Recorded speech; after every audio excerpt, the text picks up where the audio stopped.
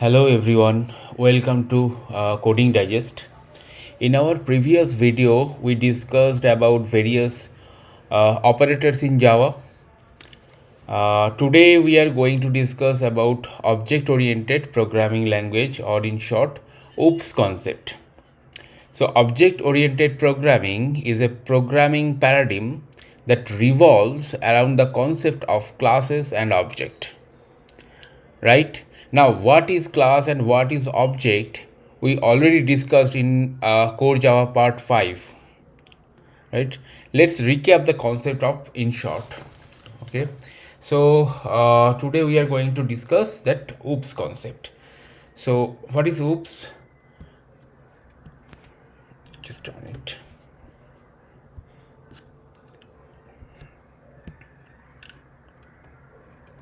Oops concept, right? So what is oops concept? This is object, O for object, this O for oriented,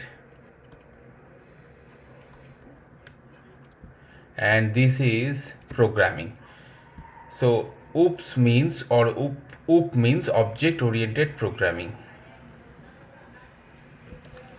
whatever, right? So what is this? So the whole paradigm or whole programming paradigm of object oriented program is evolves with two things. Okay, mainly two things. So what are those? One is class and another is object. We already know what is class. Class is a template, right? We can say class is a template. Suppose that car, okay, suppose this is a car. So in car we have many features, basic features, right? We have one steering, right? We have one four wheels, right? We have gears, right? We have seats, 5 seats or 7 seats, or whatever. It should have some seats. Even it could be one seat also, but it should have some seats so that at least a driver can sit there and drive, right? So this is the basic feature of car, which is defined in car class, right? So every car you are seeing in the real world will should have this sort of properties. Okay, now suppose let's come into the object. Okay, so what is object? Now we have this car class. Okay, now we have Toyota. Okay, Toyota is an object. Okay, so what Toyota company is doing? Toyota company is inheriting all the basic feature of class car. Okay, basic feature of class car class, and creating its own car, right? Let's suppose there is a Maruti Suzuki. Okay, Maruti Suzuki. So they are inheriting all these basic properties from car class and creating their own cars, right? So Maruti Suzuki is creating let's say some models. Toyota is creating or manufacturing some models with different manipulations. Okay, so why we'll create the object? To manipulate data. We have some data in class, right? We have some data. We already shown in our part 5 video, right? Core Java part 5. We have some data, we have some methods. Okay, we have some methods, we have constructors, but to manipulate this data, to use these methods, we will need this object. Correct? So how we will create the object? We create object using new keyword, new with class name. Suppose new car. This is the keyword to create an object. Okay, so let me write here clearly, new car.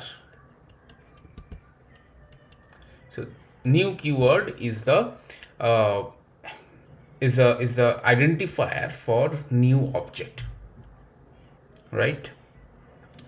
So this is how all this overall paradigm of object oriented programming works. Now what? Now there are some properties. There are some properties of uh, you know object oriented programming. What are those?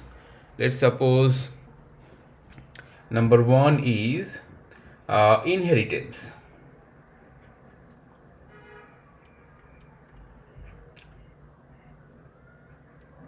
Okay, inheritance. So what is inheritance? Suppose you might have heard in from your family members or from your friends, from your well wishers, that you look alike your mother or you look alike your father, right? You are bald because one of the ancestor was bald. Okay, it is hereditary. Did you you should have heard this word hereditary, right? So what is heredity? What is hereditary things? So you are inheriting some properties from your ancestor or from your parent. So what is inheritance? Inheritance is basically inheriting properties from ancestors or parents, right? So inheriting some properties from ancestors or parents, right? So the same thing happens in Java.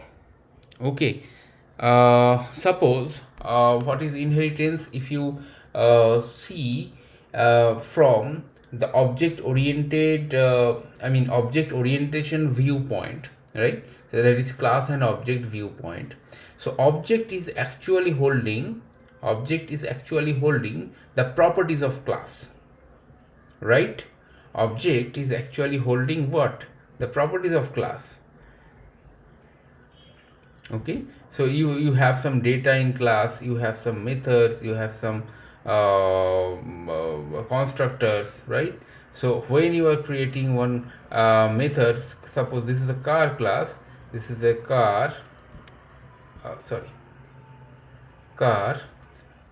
c equal to new car.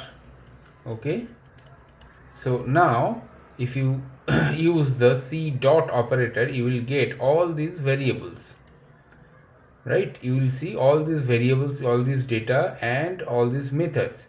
To manipulate all this data, all these variables, you will need this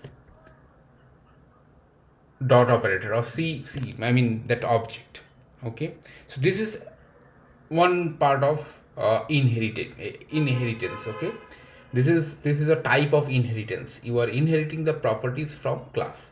Now another thing is, suppose you have a class.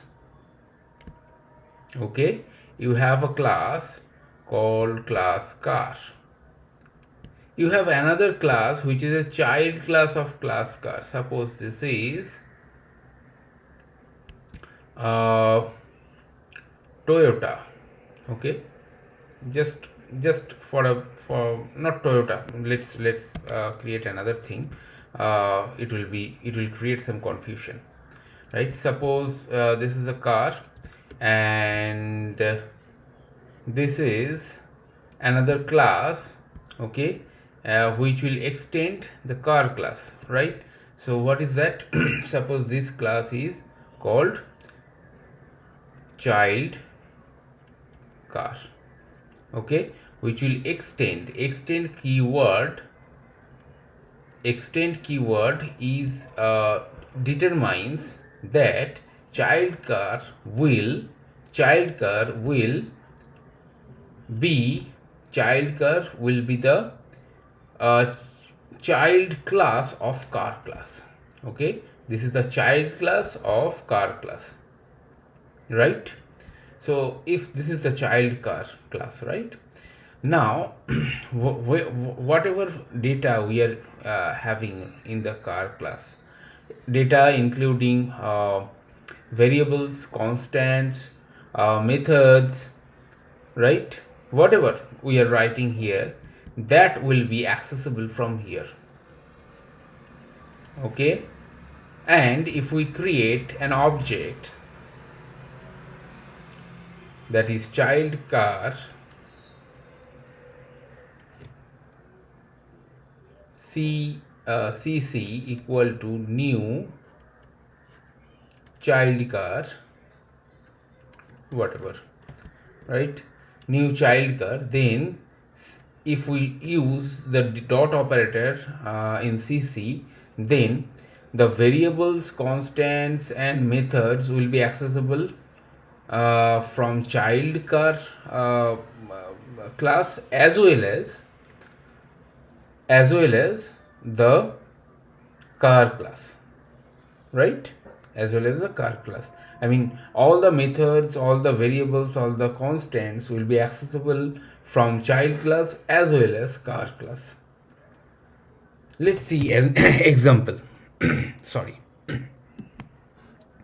Suppose this is hello world. Let me create another class here.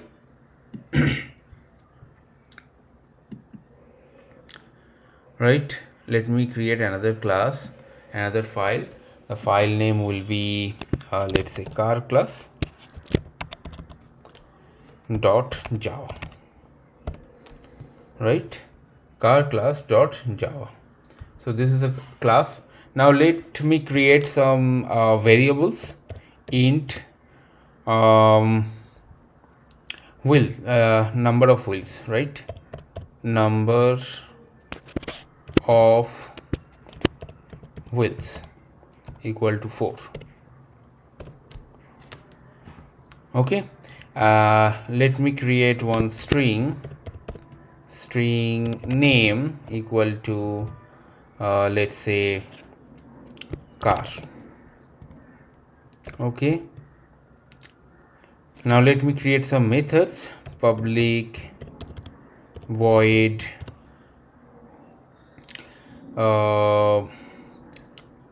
car method, and simply we'll sys out some statement, sys out that we are in car class, right? So we have two variables, and we have one method, right? Now let me create another class here,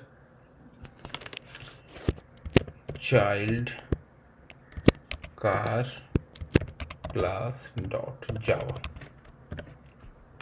right?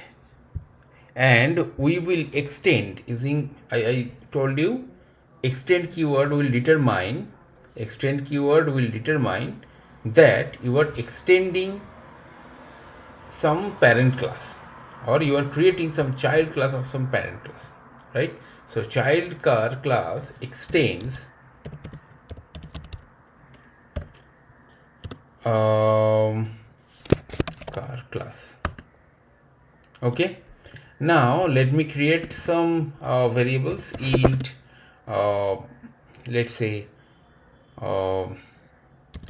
child wheels equal to 6, just for an example. Okay, and then okay,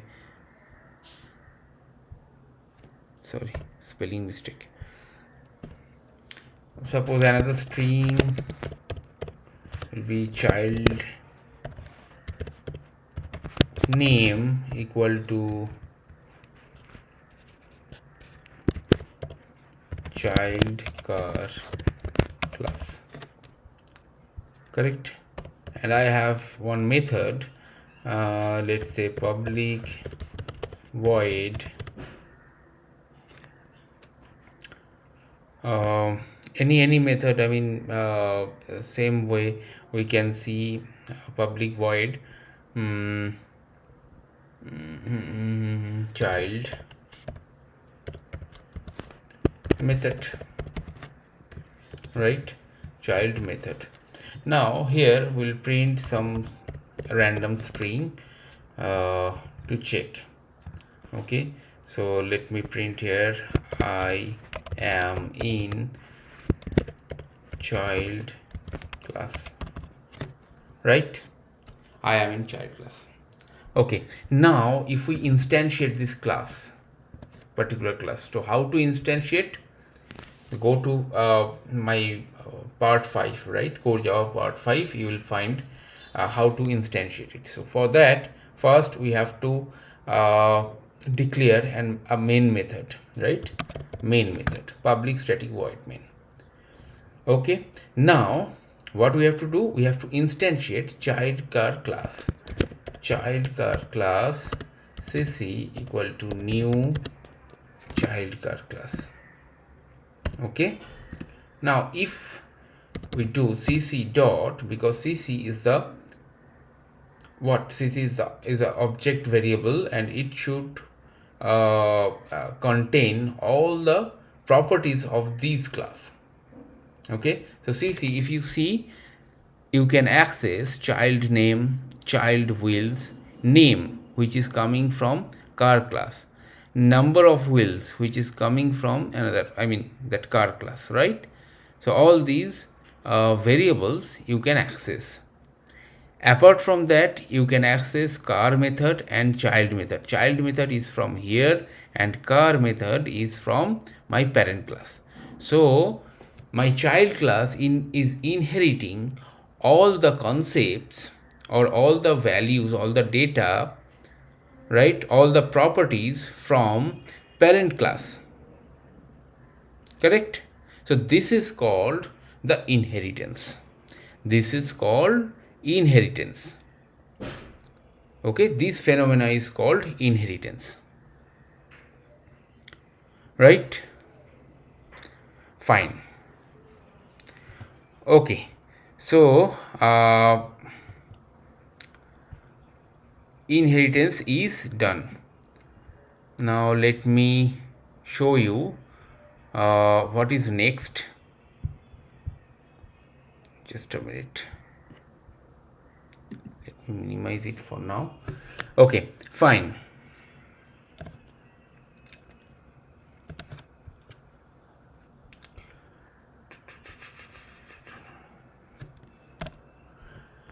Fine. Now next thing is number 2 is polymorphism.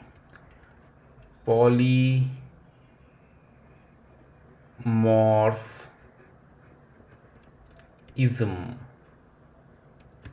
So what is how this particular word is constructed? First is poly. Poly means many. Okay, morph means ways or paths. Okay, and ism means the theory basically, or concepts basically, we can say concept. Ism means concept, right? So what does it mean? Poly means many way concept, many way concept. So what is that? So when we will call same thing in different way, that is called polymorphism. That is possible in Java. How? There are two ways we can call the same thing or same method in two ways. One is method overloading and another is method overriding. Polymorphism can be achieved by two ways. So here let me write polymorphism can be achieved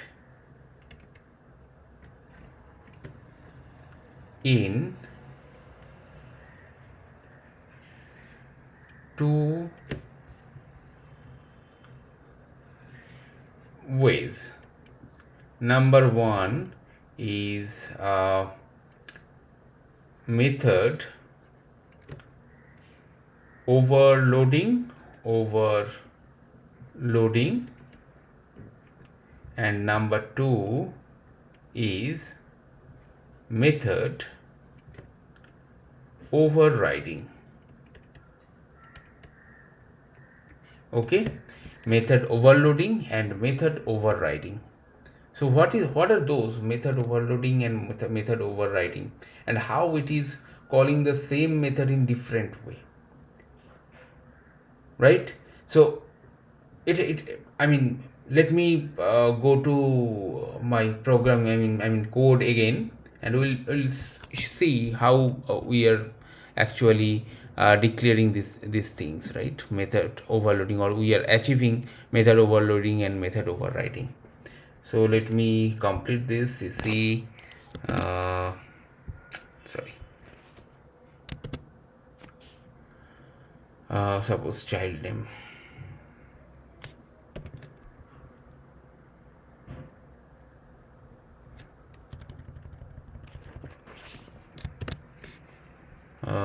Car method.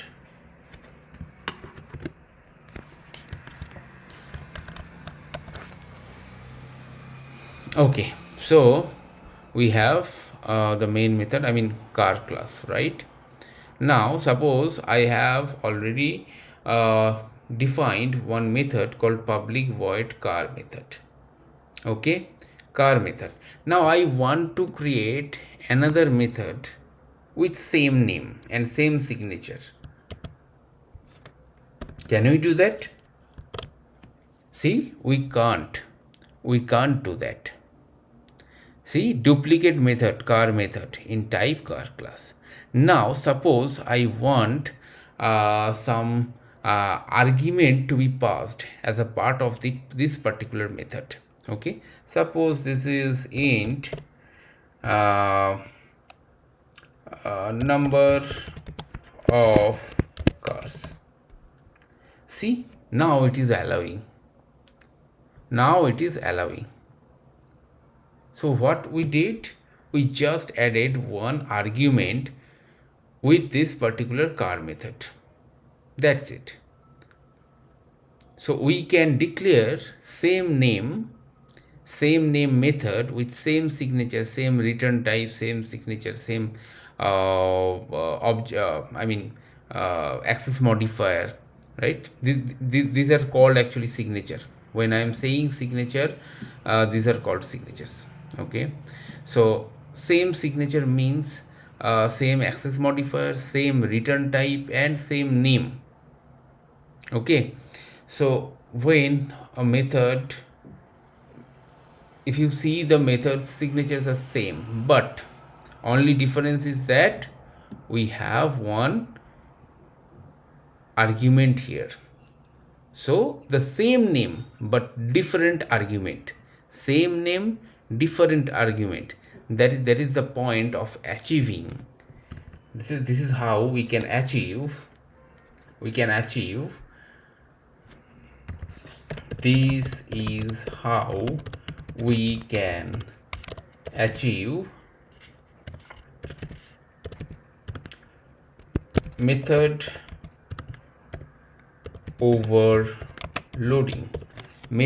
overloading. So always remember, method overloading happens within the same class.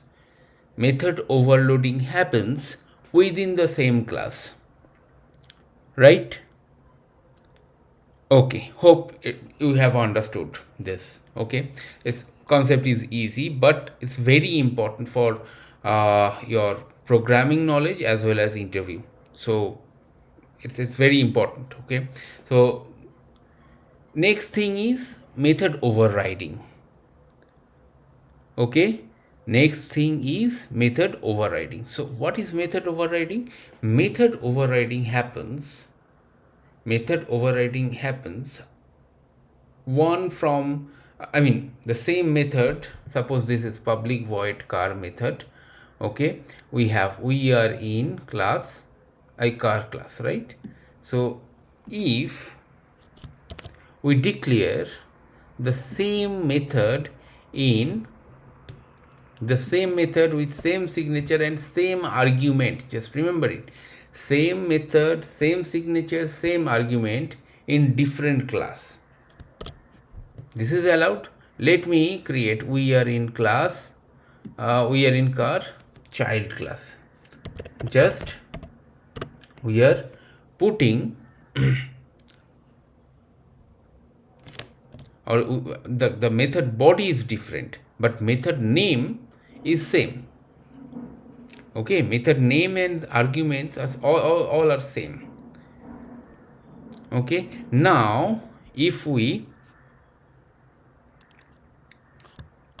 run this car method, right, car method, what it will print? So suppose, see, we are in car child class, so it is printing this one, it is not printing the car child class, I mean the car method from parent class. Why? Because in child class this particular method is overridden. Car method from the parent class is overridden by the car method in child class. That is why we are seeing the message, we are in car child class, we are in car child class, right? So this is called method overriding. Method overriding. Okay, so always remember method overriding happens between two classes. Okay, it's not in a single class, but more than one classes are involved in this particular phenomena. Okay, fine. So there are, how many things are done? Just a minute. So in our OOPS concept, we have done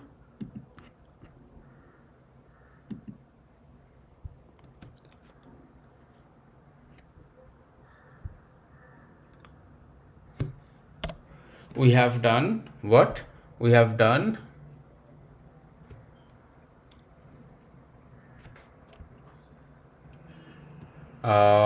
inheritance,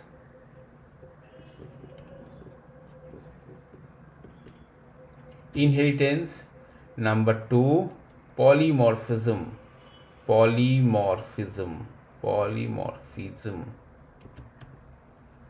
So under polymorphism we have method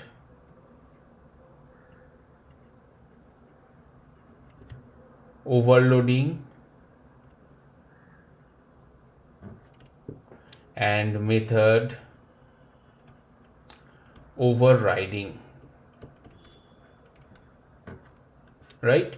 Method overloading and method overriding. So method overloading is done within the class. Method overriding, this phenomena involves more than one classes, and always the child class method will override the parent class method. The methods should be with same signature, same name and same argument. Okay, this is the criteria. So method overriding, method overloading, done. Polymorphism is done. Now which is coming is the next thing is basically we can discuss further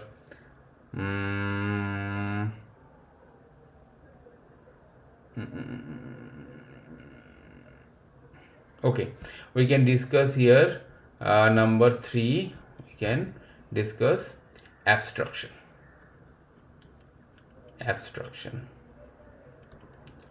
So what is abstraction? Okay, so what is abstraction? Abstraction is basically if we want to if we don't know the actual implementation, right? For something we don't know actual implementation. Suppose we are creating one uh, application, login application, right? Suppose we have one login application here, right? Login application, what are the criteria of login applications? Suppose client has specified that you should have username, you should have password, you should have one login button, you should have forgot password functionality. Okay, forgot password functionality. Now forgot password functionality could be one link, forgot password functionality could be one button, it could be one checkbox, right? So anything can be happen. So you are sure that this forgot password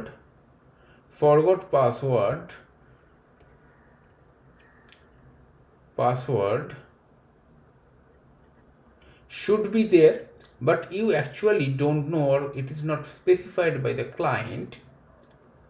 Okay, it is not specified by the client that how this forgot password things should work.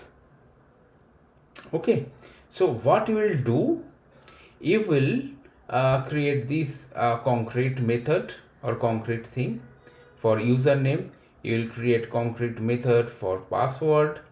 Okay, you will create concrete method for login button.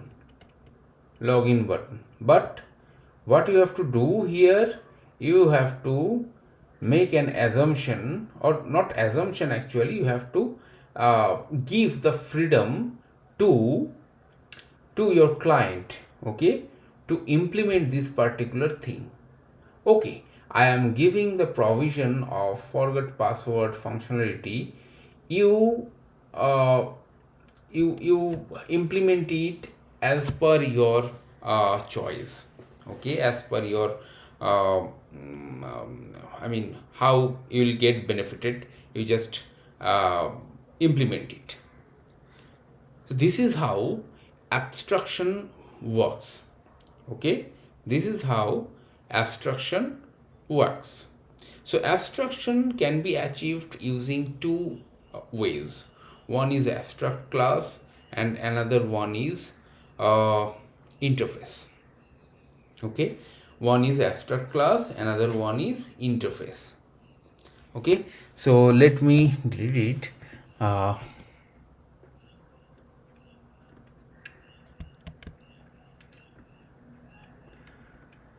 So first one is abstract class, and number two is interface. So what is abstract class and what is interface? So in abstract class, what is abstract class? It is a class basically. Okay, it is a normal class with a prefix abstract. Okay, with the prefix abstract, right? So abstract class car, this is how we declare this class body. Okay, abstract class car. Okay, and what is the feature of abstract class? It could have abstract method. Okay, abstract method. Okay, what is abstract method? Suppose I have one abstract method m1. What is that? A method with no method body, because I don't know the implementation of m1 functionality. Okay, so this is how we create abstract method with abstract keyword. Okay, then method name, and there is no method body, we are just putting an end. Okay, and can it abstract class can hold Abstract can also hold non-abstract method also. So non-abstract method means this is M2 method and we have method body for M2. Suppose here is a sys out statement or something like that. Okay, so abstract method can hold abstract class can hold abstract method as well as non-abstract method, right? What is the next property? Next property is abstract class cannot be instantiated. You cannot write car c equal to new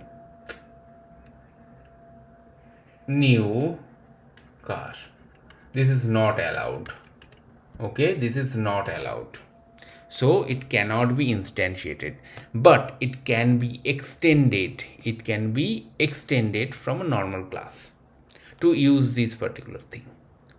Let's see in our code.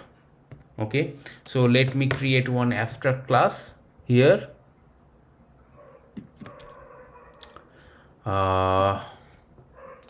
So abstract class dot java.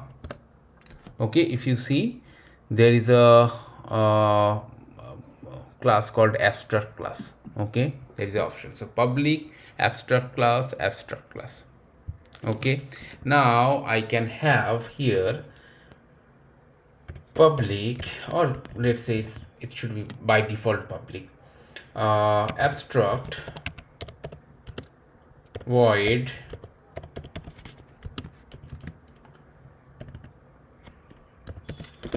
method 1, right? Abstract void method 1. Suppose we are trying to have a method body for abstract method.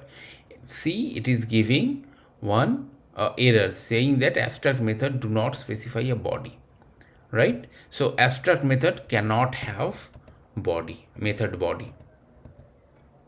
Okay, the abstract class can also hold non-abstract methods. Okay, so normal public void method 2. Okay, and in method 2 we will have, just a minute, sys out statement that we are in method 2, correct? So an abstract class can have abstract method, n number of abstract methods, and non-abstract methods also. Okay,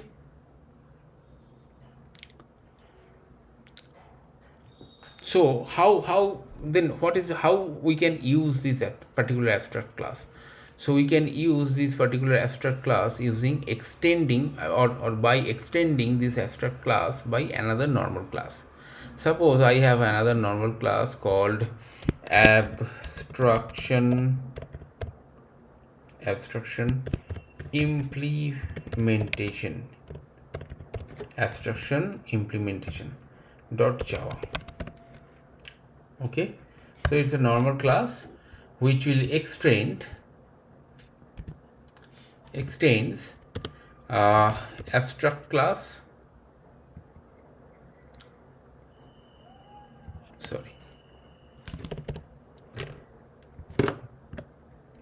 which will extend this abstract class. Okay, now as soon as we are extending this particular abstract class, I will get one error message saying that the type abstract implementation must implement the inherited abstract method. Okay, that method 1. So if you go to the quick fix, add an unimplemented method, you will get this unimplemented method with implementations. Okay, now you can put anything or manipulate this particular method with your code. So I am in implementation class, implementation class. Okay, now you can have one public static void main here, main, and then you can create an object of this particular normal class, that is abstraction, abstraction implementation.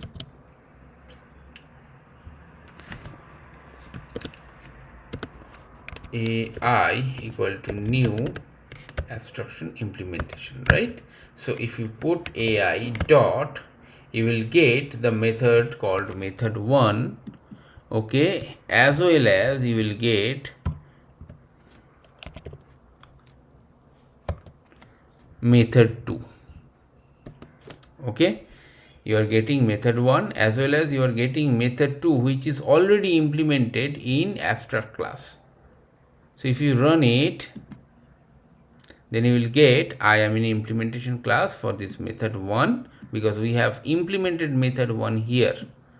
As a client, I have implemented method 1 in my implementation, right? In my implementation. But as a programmer, what I did, because I didn't know the method 1 functionality, but I knew that there should be some method 1. Okay, there should be some xyz functionality for method 1, but we are not sure that method 1, how that method 1 works, right? Client has not specified it.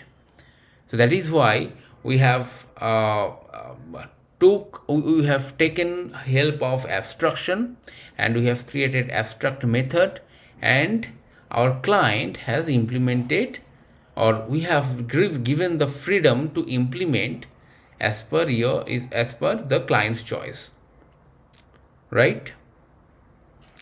So this is how abstract class works. Now come to inheritance.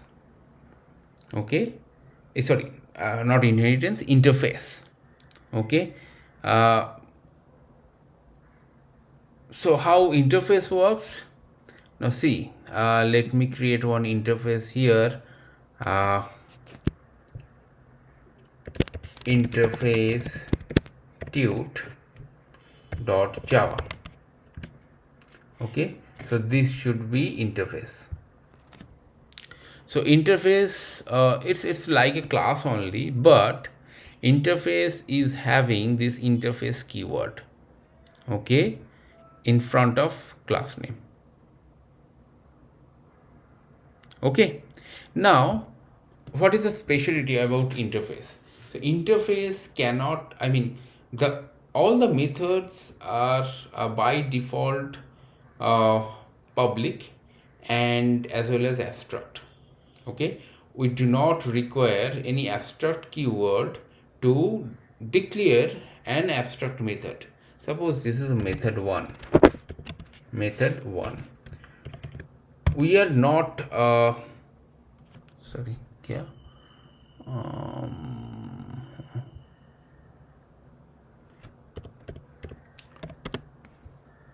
Okay, so this is method 1.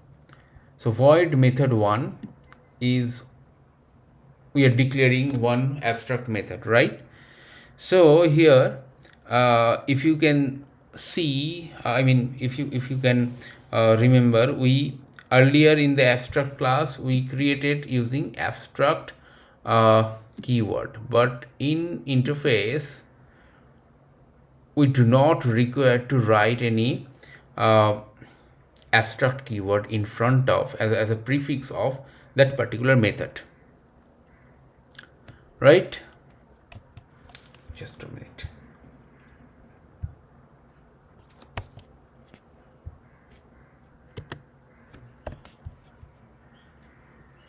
Okay, fine.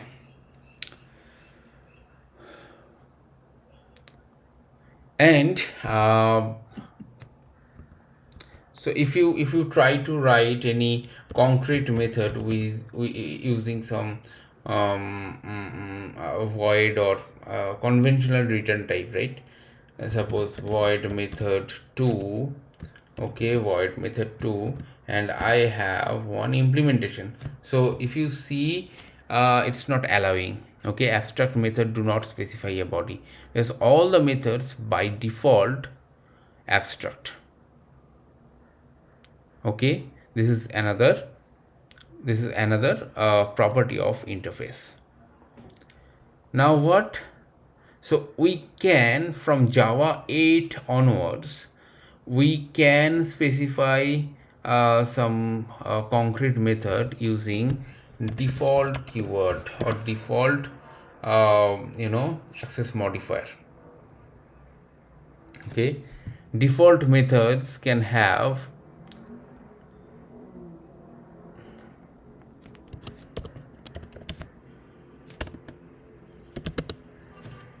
so if we are putting default access modifier, then we are able to write the concrete method, but it is after Java 8 or from Java 8. It's a Java 8 feature actually, but as a whole we cannot write apart from default keyword and static keyword, static methods. We will cover it later in later stage in detail, what is static keyword, what is default access modifier, right? Apart from default and static keywords, we cannot have any concrete method or non-abstract method in interface, right? So in interface, again, we cannot create any object of interface. Okay, so we have to implement from a normal class. Suppose I have one class called interface implementation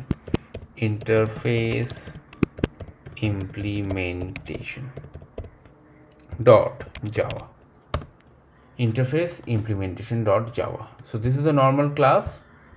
Now here we have to implement, we have to use the implements keyword. So what to implement here? Interface tut, right? As soon as we are using this implements interface tut, you are having this error message saying that the type interface implement must implement the inherited abstract method, right? So if you have to implement this method 1, which was abstract method, and you can use everything. So this is how abstract method and interface works. Okay, one important concept in Java is we have discussed about inheritance, right? So class, when we are dealing with multiple classes, right?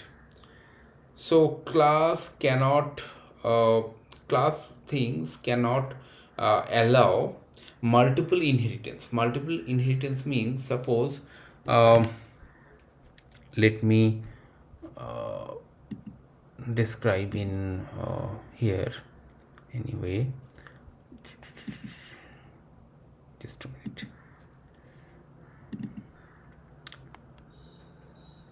Okay, suppose I have a class, okay, class A, okay, class A, and I have another class called class B.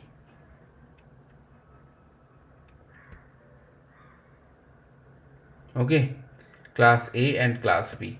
Now I have another class called class C, and class C will be child class of class A and child class of class B. That means C extends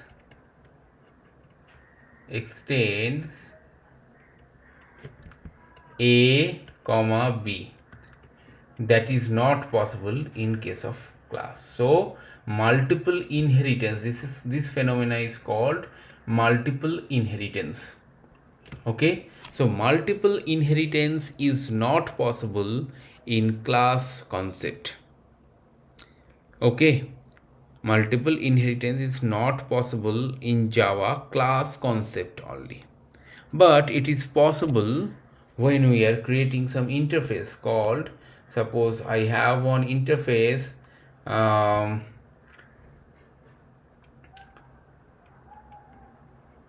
interface A, and I have another interface called interface B. Now I have one class C, right? Now if we write C not extends, actually implements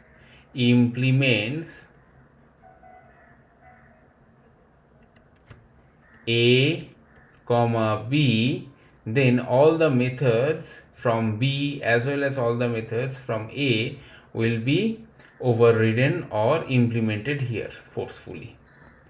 Okay, so what is that?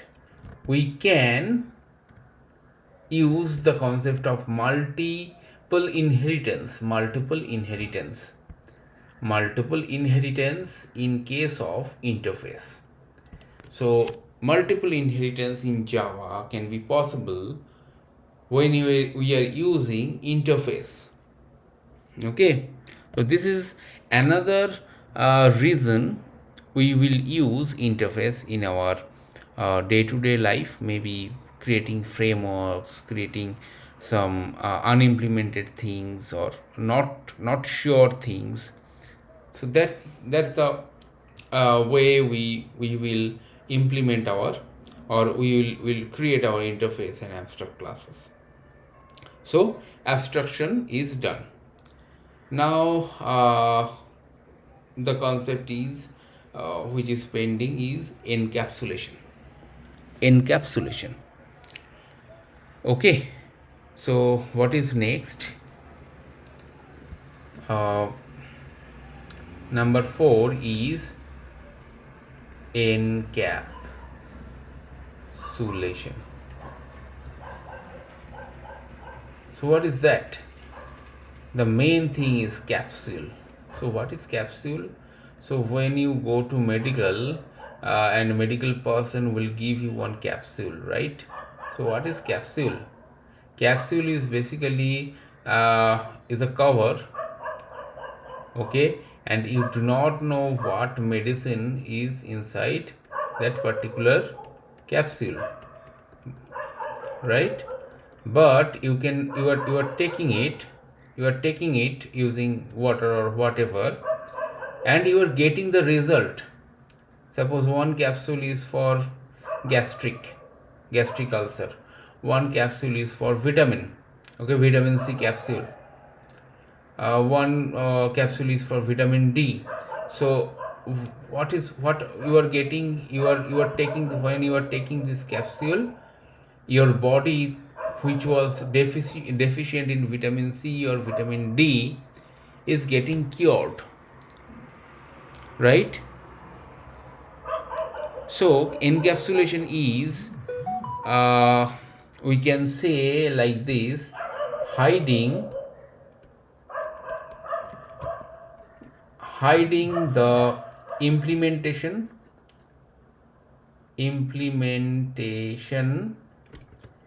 and showing the result, basically result to the world.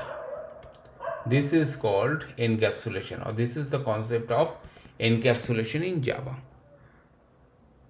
Okay, so when we are saying encapsulation is in Java, so the main in capsule there are some medicines, right? There are some medicines, 1 2 3 4. So what will be the medicines, or what will be the things in Java? In terms of Java, it should be variables and constants. right? Variables and constants. In short, data. So using encapsulation, we are actually securing the data. How? Let me go to code again. Okay, and let me create one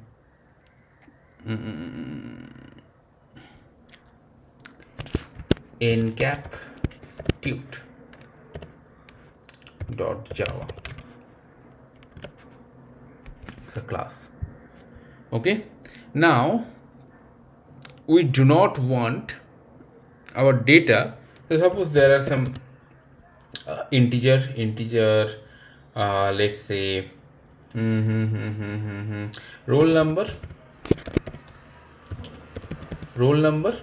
equal to, let's say, 10, or just do not do anything. Okay, let's say string address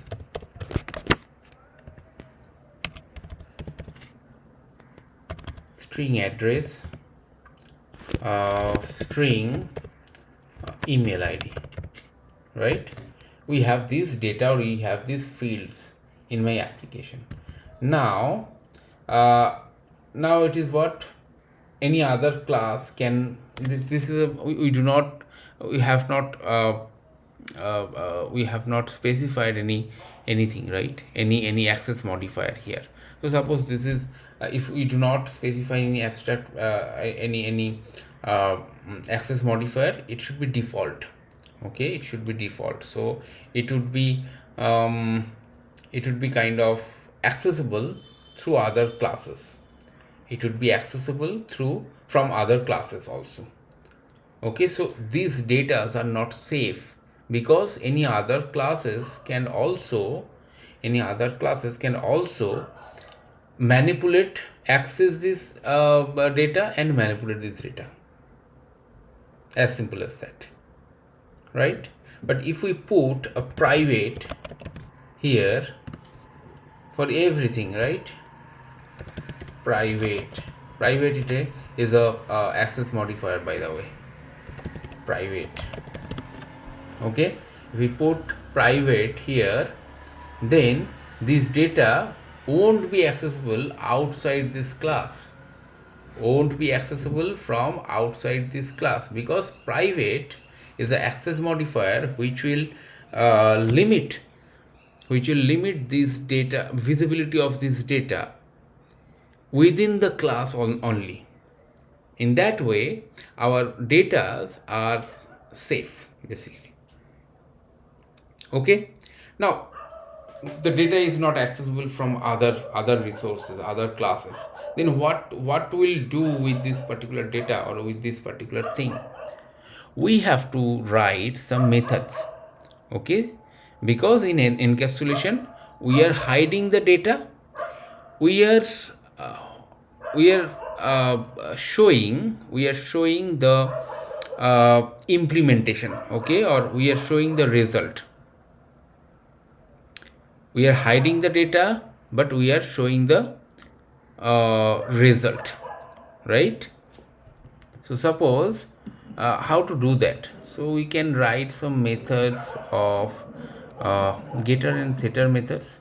So if we right click here, right, and then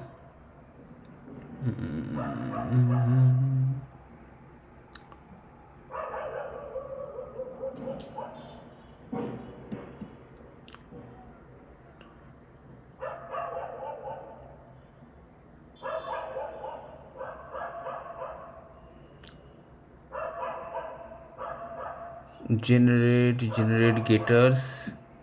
Okay, generate getters and setters. If we put, and if you have to select all these things, right? There are 3 fields: roll number, address and email. Automatically it will create getters and setters method. So if you I mean, this is the feature of any IDE. If you are using Eclipse, okay, you can do these things.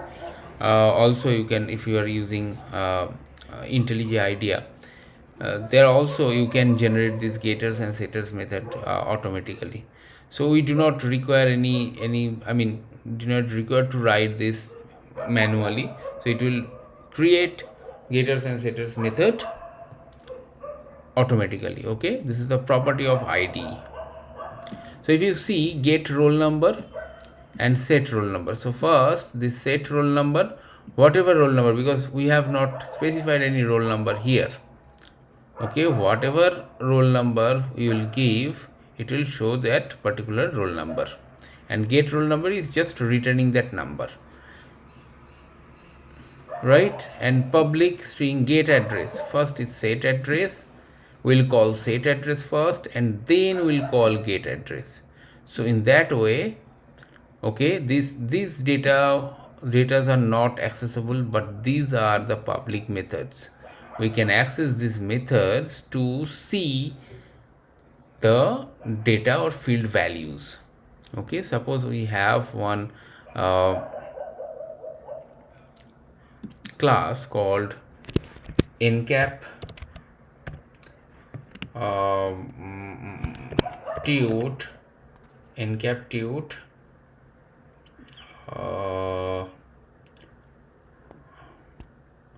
what I can say, let's say impli dot java implementation kind of thing, right? So if we write a main method here, okay, if we can create an object of encap tute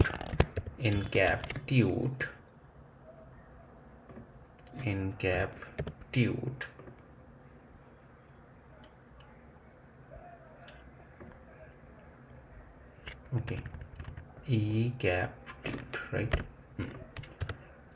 E equal to new encap tute, right?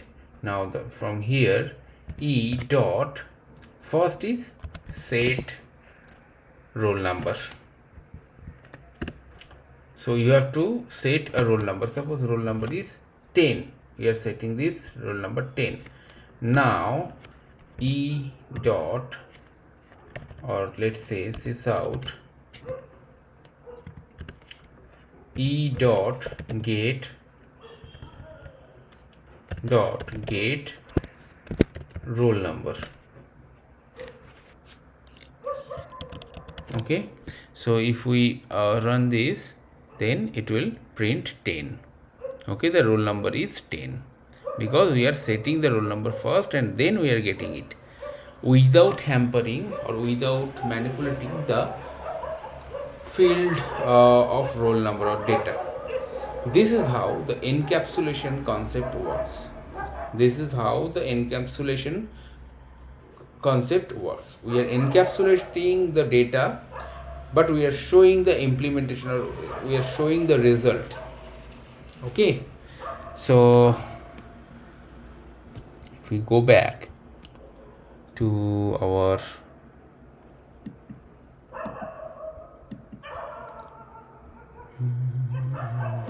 just a minute.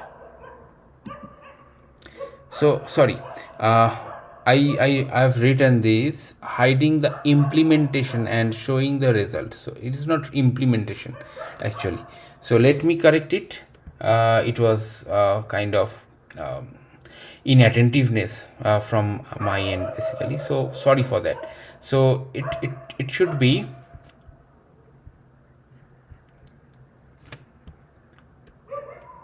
this implementation instead of implementation, hiding the data. Okay, hiding the data and showing the result or implementation. Here it will be implementation. Good that I have I have found out that I have written incorrectly. Otherwise maybe it could be a wrong thing, wrong message I'll be delivering, right? So that's good. I have rectified it. Okay, so this is the overall OOPS concept. Okay, uh, oops concepts in Java. Now there are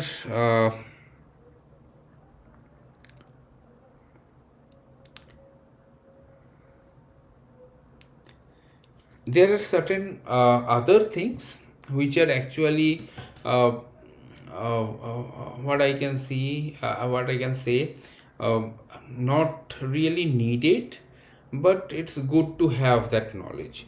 There are some other apart from these four properties of OOPS concept, right? Object oriented programming paradigm. There are certain things like association, aggregation, and composition. Okay, so what is association? Association represents a relationship between two or more classes. It can be one to one, one to many, or many to many. Basically, that not multiple inheritance, but we can let me explain in a pictorial view. So, so suppose I have one class, right? I have one class here. So this class A, can be extended by class B. Okay, this class A can also be extended by class C. Okay, and class A can also be extended by class D.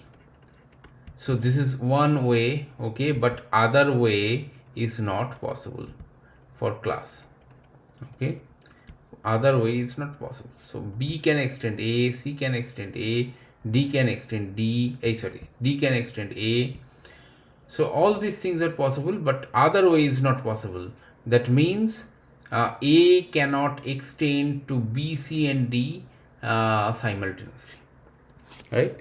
So this is the concept basically for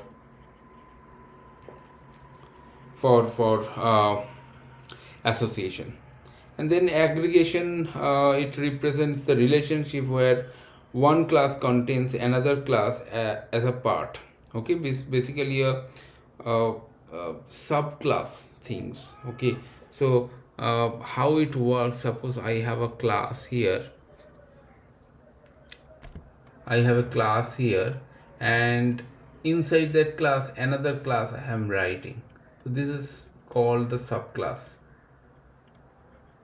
This is the weak practice. Basically, it's not a kind of uh, what I say, conventional practice of writing subclasses and things, right? It's not a standard practice of writing subclass, but it's good to have, I mean, for interview purpose and all. And there are composition, right? There are three things: association, aggregation, and composition. Composition represents a relationship where one class contains another class as a part, and the part cannot exist without the whole. Okay, it's basically a concept of subclass only, but in other way, basically. So it's not needed as of now, subclass concepts and all, but do emphasize on OOPS concept. Okay, four main things, that is inheritance, polymorphism, abstraction, and encapsulation. Abstraction and encapsulation is very important for interview purpose. Okay, so these OOPS concepts in Java basically provides a foundation for writing modular, maintainable, and scalable code. Basically, so they promote code organization, reusability, and ease of understanding. Okay, so when you will be writing a easy code, right? When you see, writing a easy code is very not very easy. Okay, you have to know many things. You have to know how to write easy codes. You have to know how to write modular codes.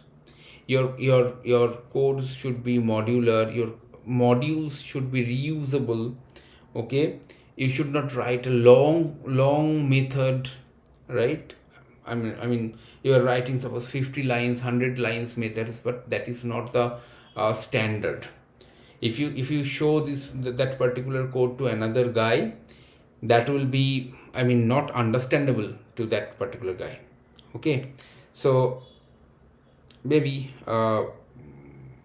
that could be, I mean, I'll discuss that coding standard in subsequent sessions, right?